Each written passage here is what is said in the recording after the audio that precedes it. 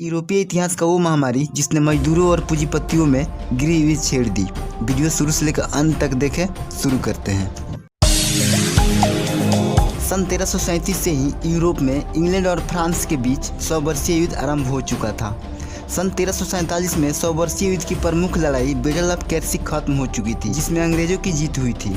अब यूरोपियन लोगों को लगने लगा कि यूरोप में कुछ दिनों के लिए शांति स्थापित हो जाएगी, परंतु उनकी ये मानसा पूरी न हो सकी, क्योंकि उनके ऊपर युद्ध के बाद एक और खतरा मंडरा रहा था जो युद्ध से कहीं ज़्यादा भयंकर था, जिसने सन 1347 में ही दस्तक दे दी थी, जिसे ब्लैक डेथ पेंडेमिक या काली मौत के नाम से जाना जाता है। अब ऐसा नहीं है कि यूरोपियन लोगों को इसके बारे में पता नहीं था, बल्कि वो जानते थे कि एशिया में प्लेग नामक एक संक्रमण फैला हुआ है जो बहुत ही खतरनाक है, परंतु उनको ये आइडिया नहीं था कि यहाँ भी यानी यूरोप में भी आ जाएगा।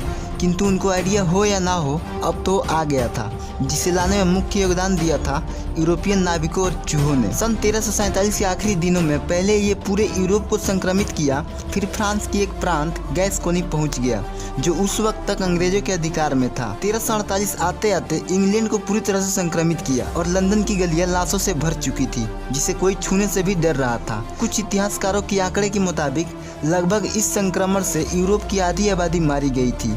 मरने वाले में सबसे अधिक मजदूर और छोटे किसान वर्ग के लोग थे, जिसके कारण इंग्लैंड में मजदूरों की संख्या बहुत कम हो गई। जो मजदूर बच गए वो ज़्यादा मजदूरी मांगने लगे।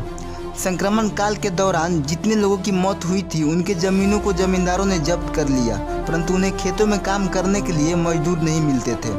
परिणाम ये हुआ कि अनाजों की कमी हो गई और एक भीषण अकाल पड़ गया। प्राचीन काल से ही इंग्लैंड में मजदूरों की एक श्रेणी, जिसे असामी कहा जाता था, वो जमींदारों से जमीन लेते, खेती करते और बदले में उन्हें अपने मालिकों के यहाँ हफ्ते में 2 या 3 दिन काम करना होता था। परंतु अब सिक्का प्रचलित हो गया था, तो जमींदारों ने अपने असामियों से पैसे लेना आरंभ कर दिया। असामी लोग चाहकर भी जमींदारों की जमीन नहीं छोड़ सकते थे, छोड़ने पर भी उन्हें पैसे देने पड़ते। एग्जाम्पल के लिए मान लीजिए कि आप एक कमरा रेंट पे लेते हैं और उसमें रहने लगते हैं। जब तक आप उस कमरे में रहेंगे तब तक आपको रेंट देना पड़ेगा, मगर जब आप कमरा खाली कर देंगे तब आपको रेंट नहीं देना पड़ेगा।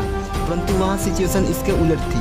एक बार आपने कमरा ले लिया, चाहे आप उस कमरे में रहें या ना रहें, उसका रेंट चुकाना पड़ेगा जब तक उस कमरे का मालिक चाहेगा। तो इस कारण जमींदारों के पास पैसे आ रहे थे और उन पैसे से वो मजदूरों को नौकर रख लेते थे, मगर इससे भी उन्हें कुछ फायदा नहीं हुआ, क्योंकि एक मजदूर को अगर 500 रुपया दिया जाता था तो उनसे बनाई हुई सामान मार्केट में 400 पे बिकती थी, जिस कारण पूंजीपतियों और मजदूरों में मजदूरी दर को लेकर झगड़ा उत्पन्न हो गया। उस वक्त तक इंग्लिश पार्लियामेंट बहुत शक्तिशाली थी और पार्लियामेंट में बैठने वाले लोग भी जमींदार वर्ग से ही हुआ करते थे।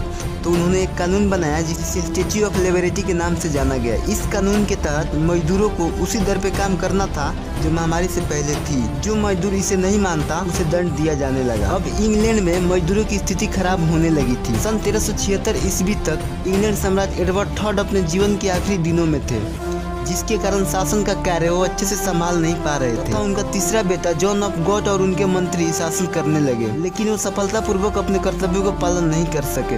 अंत में एडवर्ड III के बड़े बेटे काले राजकुमार, जिसे ब्लैक प्रिंस भी कहा जाता था, उन्होंने पार्लियामेंट का अधिवेशन बुलाया, जिसे उत्तम पार्लियामेंट के नाम से जाना गया। इस पार्लियामेंट ने जॉन ऑफ गॉड के मंत्रियों को दोषी पाया और उन्हें उनके पद से निष्कासित कर दिया तथा काले सम्राट राजकुमार के नेतृत्व में 170 प्रार्थना पत्र सम्राट को भेजे गए, जो देश के कोने कोने से आए हुए थे, जिसमें मजदूरों पर अन्याय और अत्याचार का वर्णन था। इस घटना के बाद उत्तम पार्लियामेंट को सम्राट की स्वीकारता मिल गई, जिसमें सभी वर्गों के लोग बैठते तथा छोटे बड़े मुद्दे पर बात विमर्श कर उनका हल निकालते। इसी बीच 8 जून 1376 को काले राजकुमार की बीमारी के कारण मृत्यु हो गई। उनके मौत के ठीक 1 साल बाद सम्राट एडवर्ड III भी दुनिया को अलविदा कह गए। इसके बाद काले राजकुमार का बेटा रिचर्ड इंग्लैंड का सम्राट बना, जिसे हम नेक्स्ट पार्ट में समझेंगे। इसमें कृषक विद्रोह भी शामिल है। वीडियो को लाइक करें, चैनल को सब्सक्राइब करें और शेयर जरूर करें।